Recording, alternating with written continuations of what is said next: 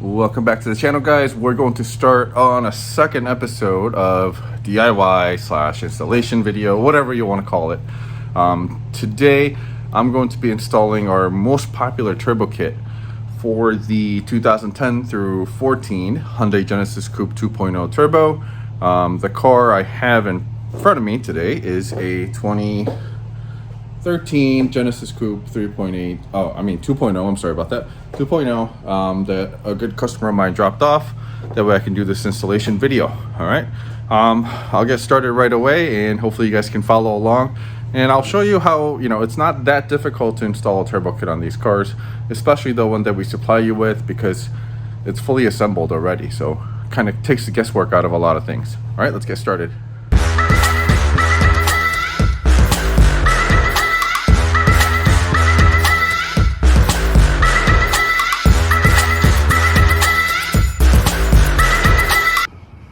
All right, so the first thing we need to really do before we start is to remove all this. All right, so we're gonna remove the intercooler piping, the intake. We're also going to take off the serpentine belt, okay? We don't really have to worry about the cold side. Everything is done on the hot side here. So we're gonna take all those off and we'll get started.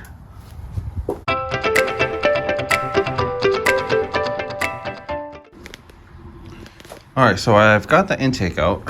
I pretty much cleared the rubber hose that's here, took off the bolt and put the bolt right back in. That way I don't lose the bolt that was holding this pipe here. Got rid of all the intakes. It's just easier when you take it all apart like that. Next step is to take off the serpentine belt, and I wanted to actually do a detailed shot here. That way you guys know what you're looking at. First thing you need is a 19 millimeter, I believe. Oh, hold on. I'm wrong. So you need a 17 mil, all right? And then it's this one right here. So you want to hook that onto that and then tighten it, okay? When you tighten it, what it's going to do is when you tighten it, it's going to take this pulley and pull it this way, loosening this belt. So when we do that, we'll be able to slip this belt right underneath out, and it'll be nice and loose, okay? First thing I would do is make sure you know how this goes back on. So if anything, take a picture of what it looks like before. That way you can take it out when you need to, okay? Let me see if I can get a video of me actually taking this out for you. It would be nice if I had a third hand to actually film this, but let me see if I can fiddle with this a little bit. Okay, so I'm going to put this onto the bolt on the pulley. Again, bear with me as I'm trying to do this one-handed, okay? And then watch what happens to the belt as I push. When I push, I don't think you can really tell, but the belt got loose, okay? So I'm gonna do that. I'm gonna push, and then I'm gonna pull this belt right underneath from this idle pulley, okay? All right, so the belt is out. I know I had to kind of skip through it since I'm the only one here. I don't have three hands to actually film and show you the actual part of me pulling it out. But like I said, just go as if you're tightening that pulley, and you'll be able to get the belt out fairly easily. All right, now time to move on. Next thing to do is we're going to take this power steering pump, not actually disconnect anything, because we don't want to lose the power steering fluid for no reason, okay? So we're going to keep this connected here, this little fitting here where my finger is. We're going to keep that connected. However, what we can do is, I don't know if I can capture this on video, but if you look in here, you're going to find two bolts that are actually holding this pump right onto the head of the engine. So there's going to be one on top, one on the bottom.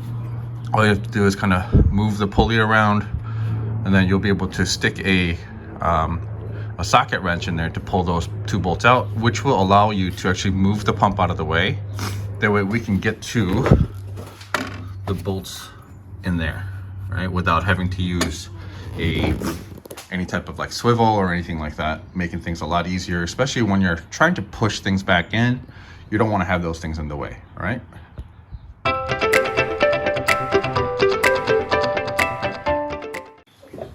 All right, now as you can see, I've got the power steering pump off the bracket, All right, slides right off. Just has 2 bolts in it. The bottom bolt is pretty long like this, and this is the top bolt.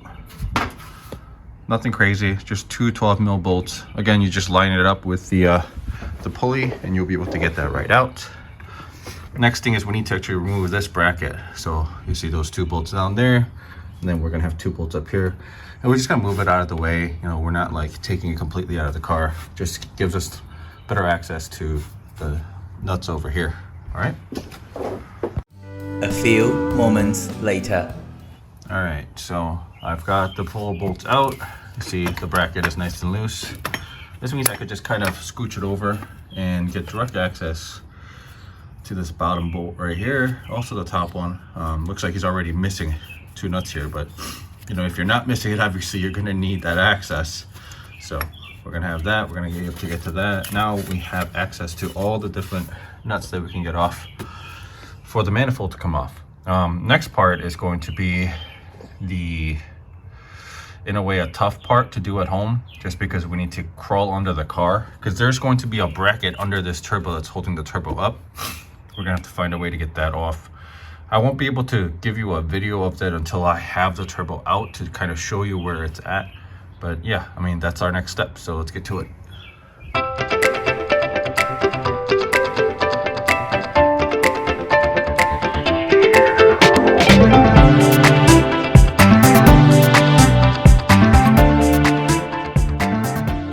A few moments later.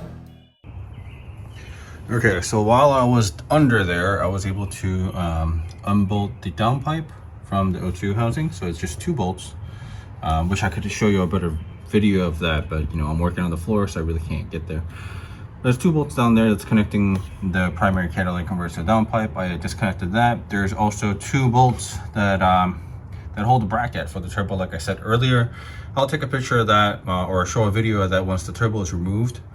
I also went ahead and undid all the O2 sensors, so you can see, you know, the primary O2 sensor, the secondary O2 sensor, it's all been unplugged. If you don't know where they actually connect back here, right? So they're 2 simple plugs. You just have to unplug and then, you know, pull it out of this clip. And there's also a little clip down here. You can see where my finger is, kind of. It's so dark, you know. It's just, you just pull it out, and it's pretty self-explanatory, nothing big.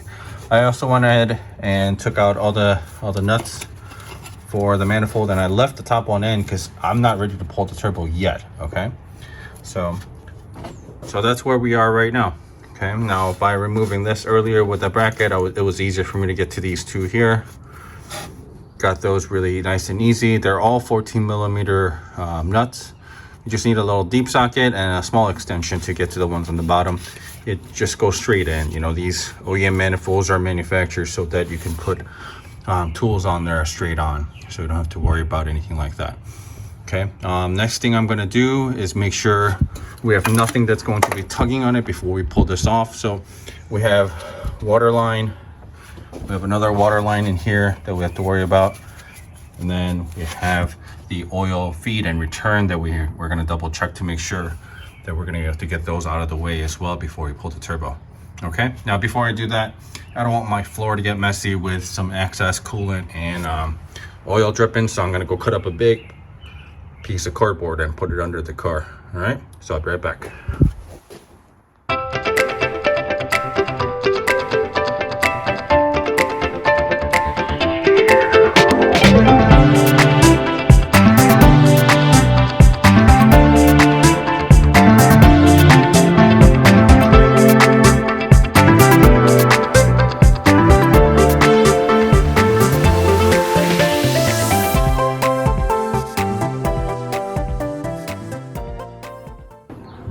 All right, the turbo is out, so I'm gonna show you where the bracket is.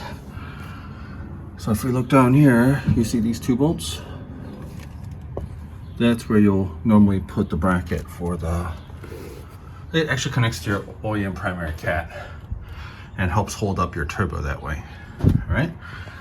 So what I did was, this is a water line or a coolant line that goes on the inside part of the turbo. You can still reach it as long as you take the heat shield off.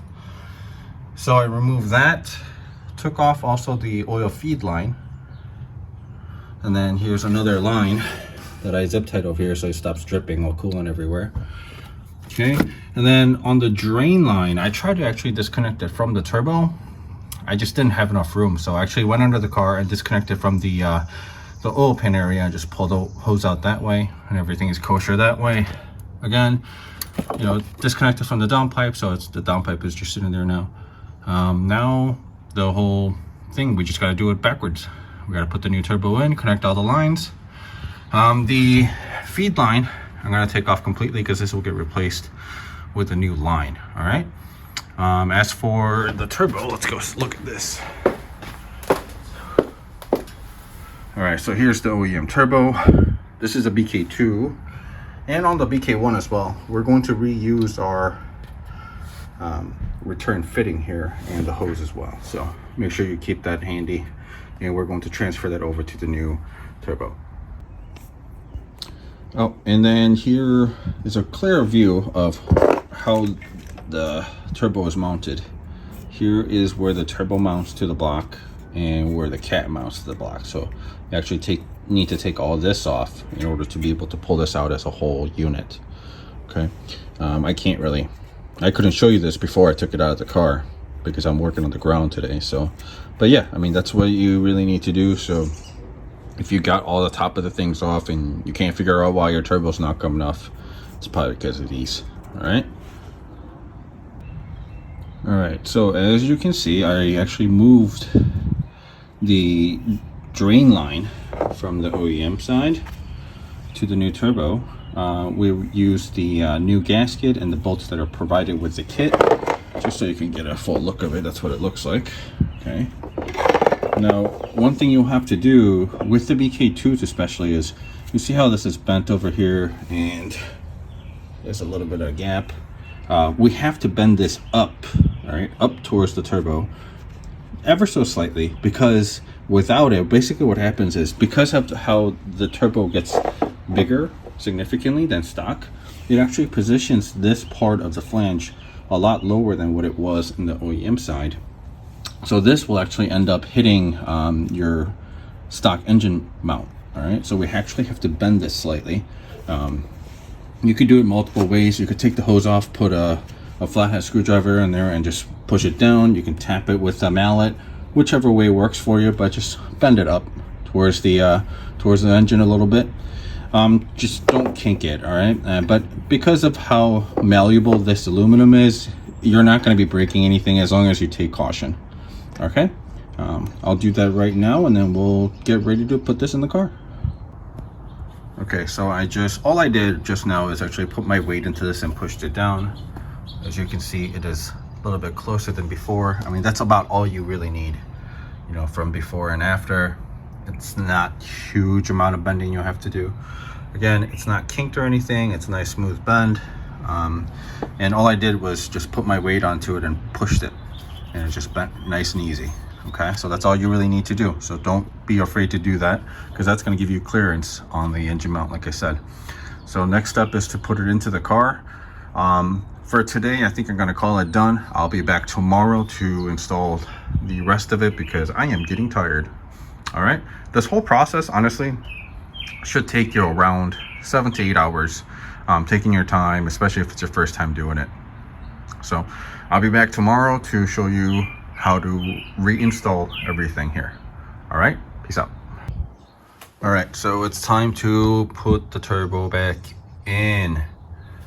All right, so we're gonna reuse the OEM gasket here. OEM gasket is actually really nice. If you can see, it is steel gasket. It's actually multi-layered. I don't know if you can see there. Yeah, it's multi-layer steel. But they're actually very good gaskets. As long as it's not blown, you can just reuse it. You don't really have to worry about replacing it. I mean, if you wanted to, you could always get new ones, but again, as long as it's not blown, you can reuse that. And then, yeah, I mean, it's just reverse of what we did, right? So I'm gonna throw the turbo in there. We're gonna connect the water lines to the water hoses. One here, one over here that I have zip tied off. And then, like I said before, we're gonna remove this feed line and then replace it with the line that comes off the turbo on the bottom side. And then it's pretty much bolt everything together, and next up will be the boost controller installer after that. So all right, I'll be back once it's in the car.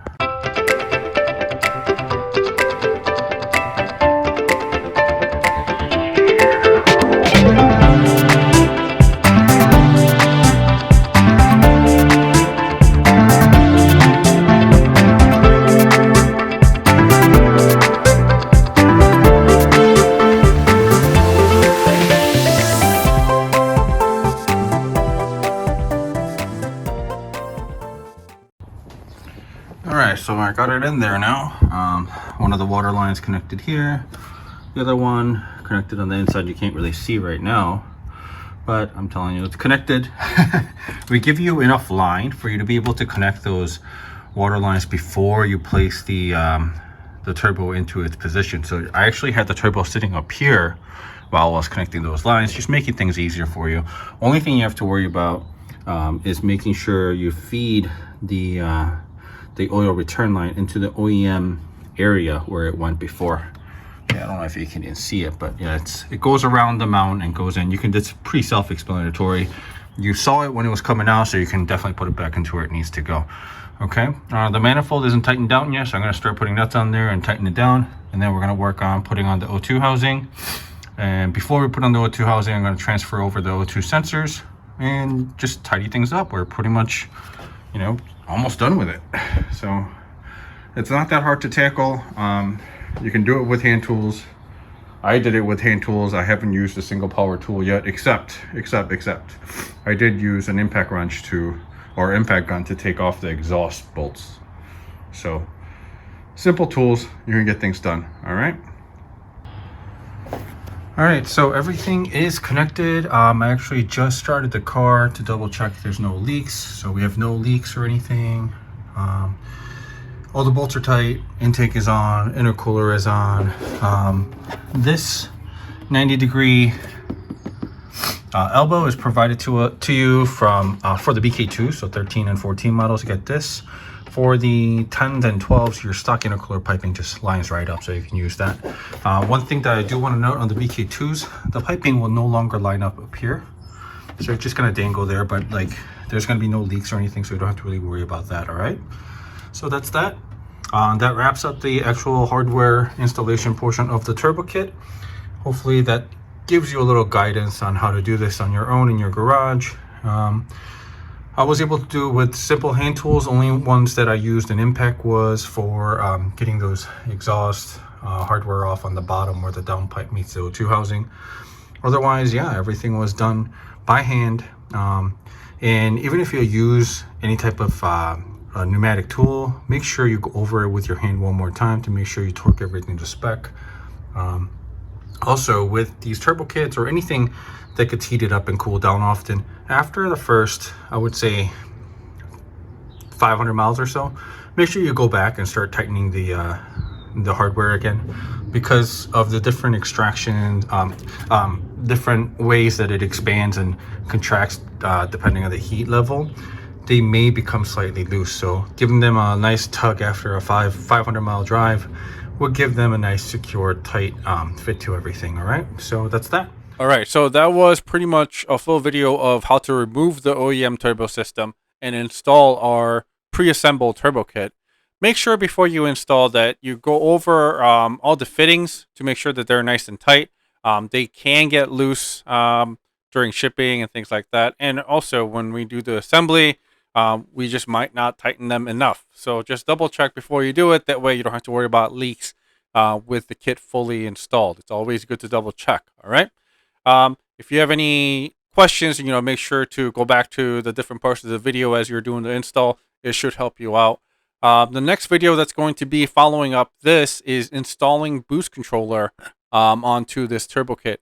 There is a bypass valve that's built into the turbo, just like the OEM turbos have for the BK1s. So if you have a BK2 or a BK1 with an aftermarket blow-off valve, you're going to want to watch that video. That way you know how to route the vacuum lines properly to disable that bypass valve on the turbo itself, okay? So make sure you like and subscribe, and I will see you on the next one.